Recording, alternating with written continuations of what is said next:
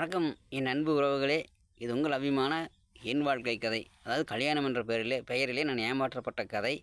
அதைத்தான் வந்து நம்ம தேவா டாக்கீஸ் சேனலில் சொல்லிட்டு இருக்கிறேன். நம்ம சேனலில் கதைக்கு வந்து நிறைய கேட்குறீங்க. ஆனால் நம்ம சேனல் சப்ஸ்கிரைப் பண்ண மாட்டேங்குது. அதான் ஏன்னு தெரியல.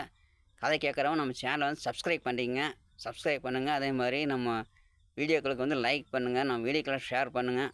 அப்போ தான் வந்து நம்ம சேனல் வந்து ரீச் ஆகும். அதாவது நம்ம சேனலுக்கு ஒரு பேர் கிடைக்கும். சரிங்களா? அதனால் மறக்காமல் சேனலை சப்ஸ்கிரைப் பண்ணுங்கள். சரி, இப்போ கதைக்குள்ளே போகலாங்களா? இந்த கதையெல்லாம் நிஜம். அதாவது வந்துட்டு என்னுடைய மனைவி வந்து மாமியார் கூட்டிகிட்டு போய் அவங்க வீட்டில் வச்சுக்கிட்டாங்க. அதுக்கப்புறம் நாங்கள் போய் கூப்பிட்டு பார்த்தா அவங்க வரலன்னு சொல்லிட்டாங்க. ஒரு கட்டத்துக்கு மேலே அம்மா வந்து ஃபோன் பண்ணி கேட்குறாங்க, என்னாச்சு போய் ஊர்லேயே இருந்துகிட்டே வந்து பிழைக்கிற ஐடியா இல்லையான்னு சொல்லி கேட்குறாங்க அந்த மனைவிகிட்ட. அப்போ அவங்க சொல்கிறாங்க, நான் வந்து உங்கள் பையனோட சேர்ந்து பிழைக்க மாட்டேன். அப்படி சேர்ந்து பிழைச்சா நான் வந்து செத்து போயிடுவேன் அப்படின்னு சொல்லி சூசைட் பண்ணி செத்து போயிடுவேன், அதாவது தற்கொலை பண்ணி செத்து போயிடுவேன்னு சொல்கிறாங்க. அதுக்கப்புறம் நானும் அப்பா அம்மா 3 பேரும் அவங்க வீட்டுக்கு கூப்பிட்றதுக்கு என் மனைவி கூப்பிட்றதுக்கு அவங்க வீட்டுக்கு போயிட்டுருக்குறோம். போகும்போது பஸ்ஸில் போகும்போது எனக்கும் மாமியாருக்கும் கொஞ்சம் தகராறு வருது.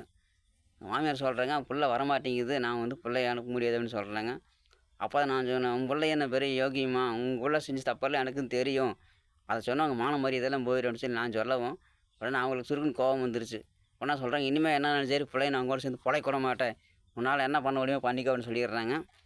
அப்புறம் அங்கே போய் வீட்டில் போய் கூப்பிடும்போதும் அதையே சொல்லி நான் அனுப்ப முடியாது, என்னவோ எங்கே போய் என்ன பண்ணிக்கோன்னு சொல்லி என்னை அனுப்பி வச்சிடுறாங்க. நாங்களும் திரும்பி வந்துட்டு 2011 டிசம்பர் மாதம் கடைசியில் 12வது மாதம் டிசம்பர் மாதம் 2011 நான் வந்து கம்ப்ளைண்ட் பண்ணுறேங்க.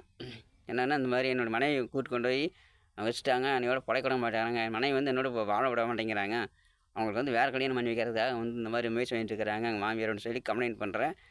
அந்த கம்ப்ளைண்ட்டோட விசாரணை வந்து கரெக்டாக 2012 ஜனவரி 1 வருது, நியூ இயர் அன்றைக்கி வருதுங்க. அப்போ நாங்கள் எல்லோரும் விசாரணைக்கு போகும்போது அவங்க ஊர்லேருந்து எங்கள் மாமியார் வந்து அவங்க ஊருக்காரங்க எல்லாத்தையும் கூப்பிட்டு வந்துட்டாங்க. ஒரு 10 பேர் எல்லாம் வந்துட்டாங்க, ஆணும் பெண்ணு குழந்தைகள்னு சொல்லி எல்லாம் வந்துட்டாங்க, சொந்த பந்தம்னு சொல்லிட்டு.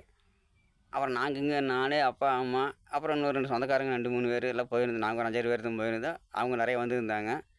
அந்த டைமில் பார்த்திங்கன்னா எங்கள் மாமியாருக்கு வந்து ஒரு பெரிய பணக்காரர் ஒருத்தர் நல்ல சப்போர்ட்டுன்னா அவ்வளோதான் சொல்லுவேன். நீங்கள் அதை கரெக்டாக புரிஞ்சுக்கணும்.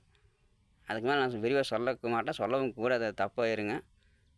அதனால் வந்து சொல்ல விரும்பலை. நான் பணக்காரர் வந்து நல்லா சப்போர்ட் பண்ணிட்டு இருந்தார்.